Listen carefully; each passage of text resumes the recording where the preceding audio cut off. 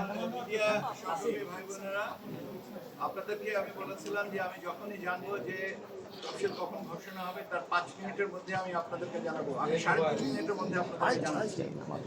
আগামীকাল সন্ধ্যা 6টার সময় তফসিল ঘোষণা হবে এবং আপনারা আগামীকাল সন্ধ্যা 6টার সময় তফসিল ঘোষণা করা হবে। একটা মোবাইল এটার জন্য তারা মাননীয় প্রধান নির্বাচন কমিশনার তফসিল আপনার অনিয়ারে আপনাদেরকে জানিয়ে দেবেন।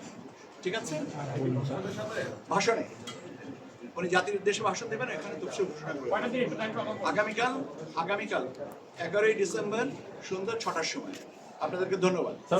সীমানা নিয়ে হবে কিনা যে জানেন নিশ্চয়ই আমরা সীমানা নিয়ে যে একটা খবর পেয়েছি, আমরা অ্যাডভোকেট অন রেকর্ড অথবা শর্ট অর্ডার পাওয়ার পরে এ বিষয়ে কমিশন সিদ্ধান্ত নেবে। তাহলে 300 আসনই হবে তফসিল, তাহলে কালকে 3 আসন আপনার তফসিল কালকে ঘোষণা করা হবে।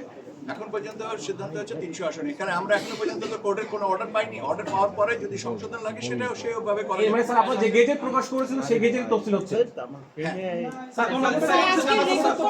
অ্যাপিলিং ডিভিশনের এই রায়ের পরে আপনারা কি মনে করেন যে 300 আসন তফসিল কোর্ট অফ কন্ডেমের মধ্যে পড়বে না? আমার মনে হয় না, কেননা এই কারণে যে আমরা এখনো পর্যন্ত আপনার অর্ডার আমাদের হাতে এসে পৌঁছায়নি। ভাই, আমরা পাই নাই। যখন যেটা পাইনি সেটার উপরে নিয়ে কথা বলার থেকে না বলাটাই ভালো। আমি আপনাদেরকে আবারও বলছি, আগামীকাল সন্ধ্যা 6টার সময় জাতির উদ্দেশ্যে ভাষণে মাননীয় প্রধান নির্বাচন কমিশনার তফসিল ঘোষণা করবেন।